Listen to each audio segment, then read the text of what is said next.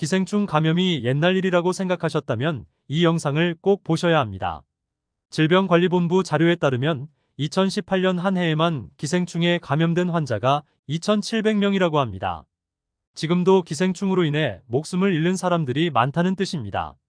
우리나라의 기생충 감염 경로는 대부분이 음식들로 인해서 발생한다고 하기 때문에 오늘 알려드릴 기생충을 조심해야 하는 의외의 음식 4가지를 주의하셔야 합니다.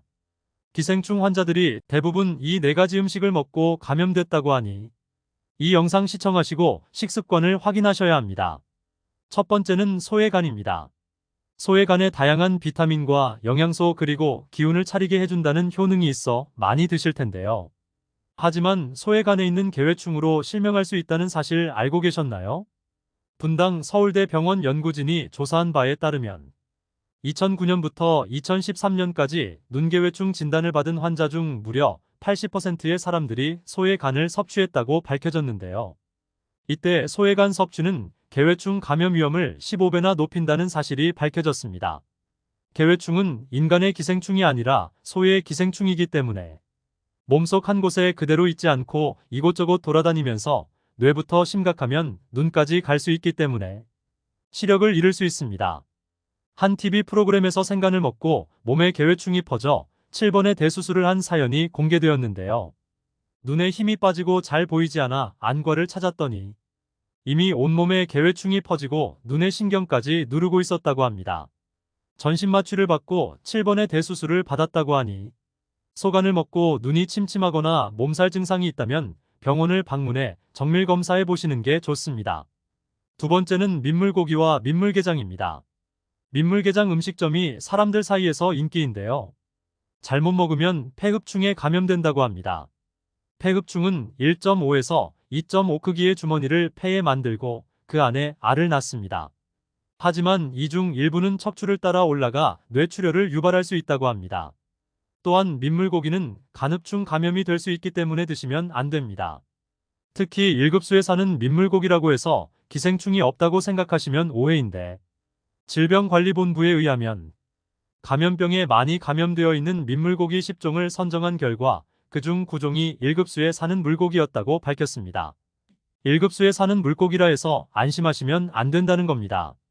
게다가 이 간흡충은 세계보건기구의 산하기구인 국제암연구위원회에서 간흡충을 1급 발암인자로 분류했다고 합니다. 간흡충이 우리 몸속 담도에 20년 이상 기생하면서 담석과 황달을 일으키고 결국 세포 돌연변이를 초래해 간암 및 담도암을 유발한다는 건데요. 실제로 질병관리본부에서 담도암 환자 230명을 추적한 결과 25% 정도가 간흡충과 연관된 것으로 밝혀졌습니다. 잉어 등 민물고기를 생으로 또는 제대로 익히지 않고 먹거나 조리기구들을 제대로 소독하지 않으면 간흡충 감염 위험이 높아질 수 있다고 하니 주의하셔야겠습니다. 따라서 민물고기를 생으로 먹는 것을 피하고 제대로 익혀 먹어야 하며 조리 과정에서 칼이나 도마를 통해 감염될 수 있기 때문에 조리도구들을 끓는 물에 10초 이상 가열하여 소독하셔야 합니다. 특히 간흡충은 우리 몸속에서 20년 이상 기생할 수 있기 때문에 과거에 민물고기를 드셨던 분들도 심한 기침이나 호흡곤란, 식욕부진 등의 증상이 나타난다면 병원에 가서 정밀검사를 받으셔야 합니다. 세 번째는 생채소입니다. 한국에는 특히 쌈 음식이 유명해서 채소를 생으로 드시는 분들이 많은데요. 채소에도 기생충 알이 묻어 있을 수 있기 때문에 채소나 과일은 깨끗이 씻거나 조리해서 드셔야 한다는 사실 알고 계셨나요? 실제로 식품의약안전처에서 조사한 결과 국산 김치에서도 기생충 알이 검출되었고 다른 상추, 깻잎 등의 주로 생으로 먹는 채소에서도 기생충이 많습니다. 채소 속에 있는 기생충은 미세기생충으로 암 또한 발생할 수 있다고 하니 가능하면 익혀서 먹는 것이 좋고 생으로 드시더라도 깨끗하게 씻어서 드셔야 안전합니다.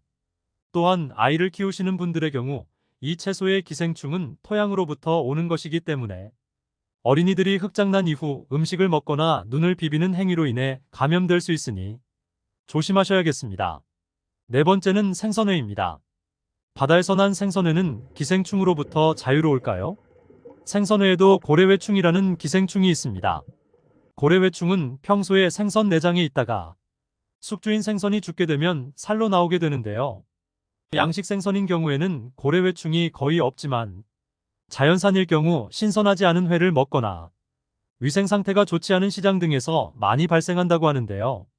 고래회충에 감염되면 위에서 위벽을 뚫고 나와 다른 장기로 이동합니다.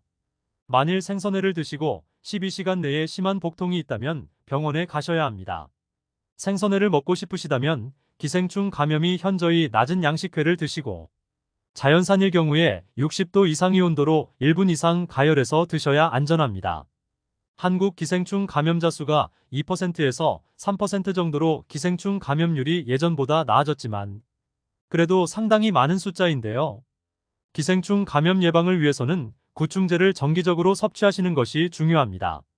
대다수의 장내에서 기생하는 기생충은 약국에서 파는 구충제로 없앨 수 있지만 민물고기의 기생충은 약국의 구충제로 없앨 수 없는데요. 따라서 의사가 처방해주는 전문의약품 프라지관테를 드셔야 합니다.